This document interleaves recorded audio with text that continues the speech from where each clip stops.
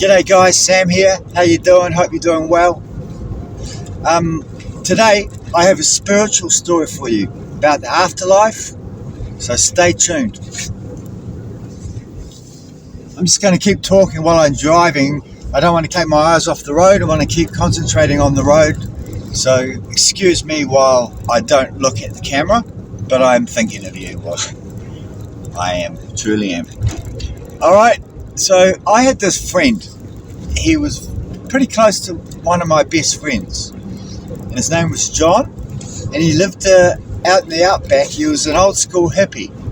You know, he grew marijuana in the outback in the west coast of New Zealand, and he lived in a house bus and had long blonde hair. He was a true old school hippie.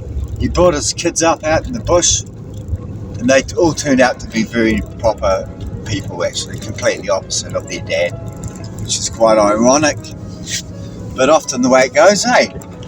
Anyway, that's beside the point. Me and John were very close. We were very good buddies, and he lived way out in the Wops, and in his 30s, when he grew marijuana on the west coast bush, he actually lived there for the season, so he built himself a hut and irrigation system and had makeshift electricity with car batteries and shit. It was a pretty cool setup, and he was loving life, man. That was what he was born for. Sort of a good souled outlaw, kind of like me. Well, that's my soul anyway. Anyway, good fella. Rustic as, my type of country boy. I got to know him and his kids pretty good. Anyhow, later on in life, when he was a bit older, that's when I actually met him. I met him when he was in his 40s, and I was in my 40s as well. I'm a bit younger, a few years younger than him, but that's also beside the point.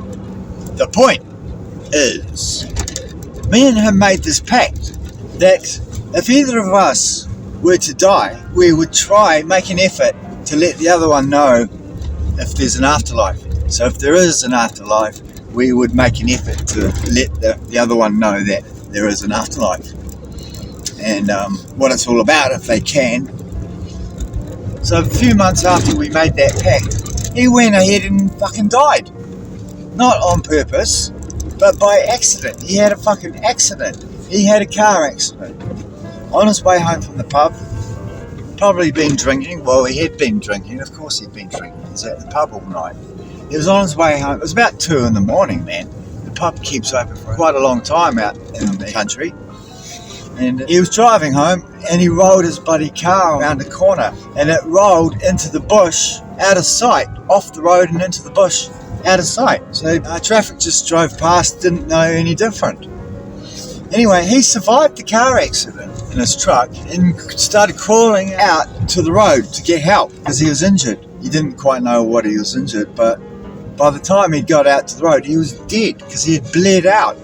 What had happened was, see, he's an arborist and he has a massive chainsaw, and he's such a lapsadaisical fellow that he doesn't tie down his chainsaw, doesn't secure it while he drives around, so it's just sitting in the back of his truck, all innocent like.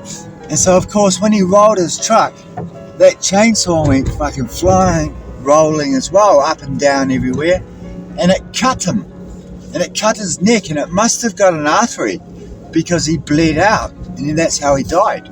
So by the time he reached the road, all you could see was his bloody hands and his arms stretching out from the bush, and his dead body hidden by the bush. So that's how he died, from his own lapsadaisical, too casual behaviour, which I warned him about. I kind of knew this was going to happen. Well, not die, but I knew he'd have an accident. Anyway, my good old mate, he bloody died on me. That's not right. That's not fair.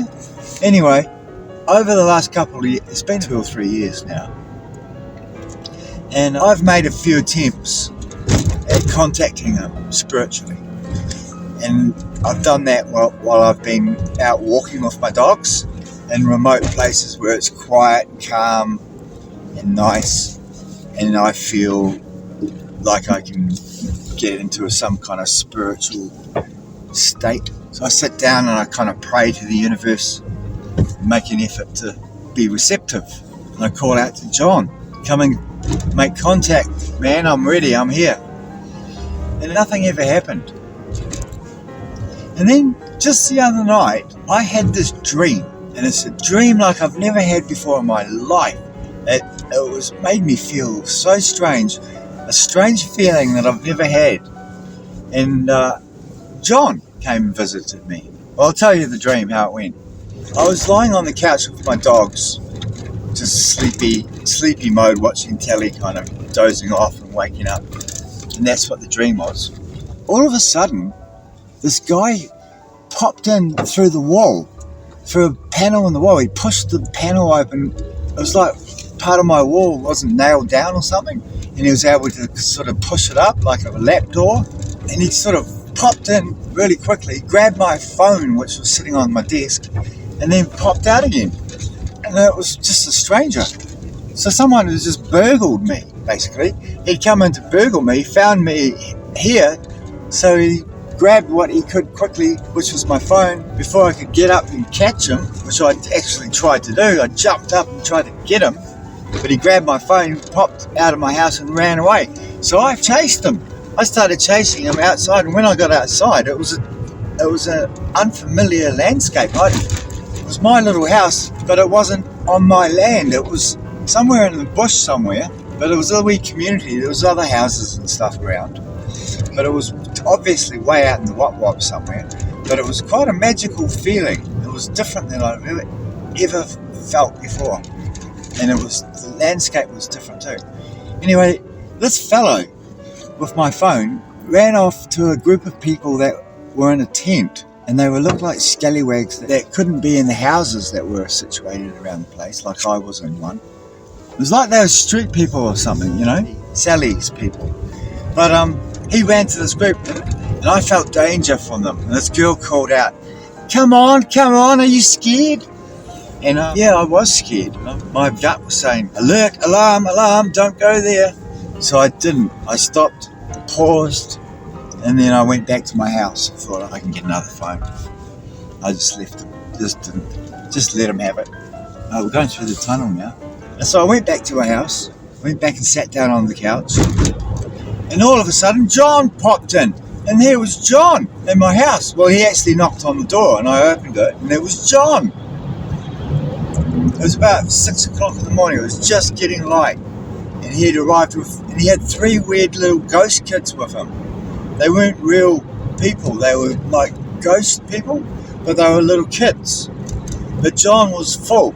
And John was in his 30s, in his prime, like I was talking about before. So he was all tanned, long blonde hair, big smile on his face.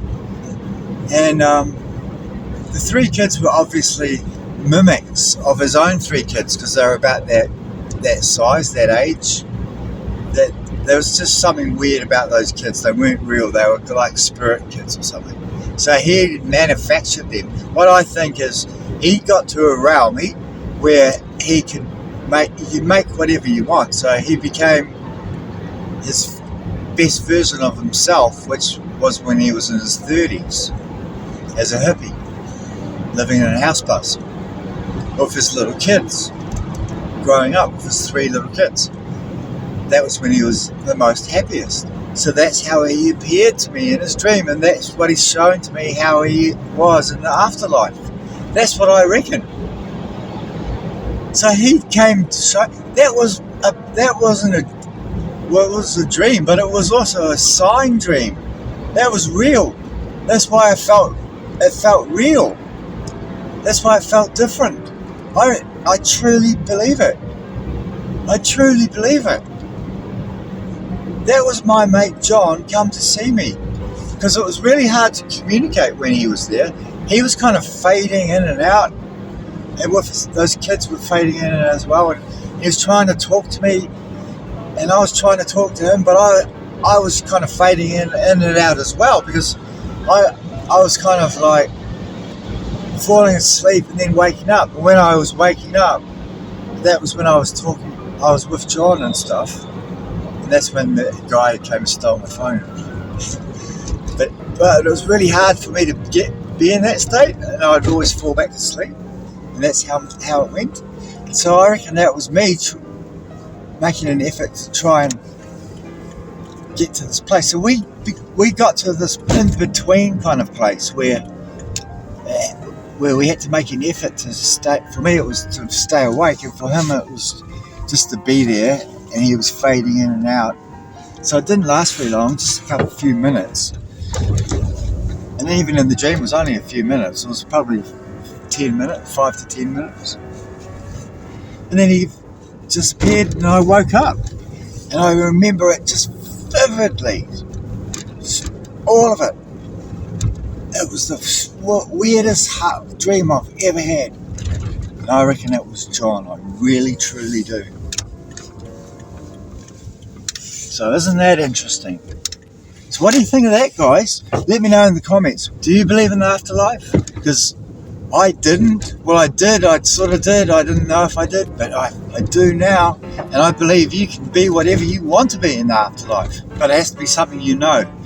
So something out of your consciousness that you've experienced so far in life. Well, I've got to look for it. Right, that's it. See you later, guys.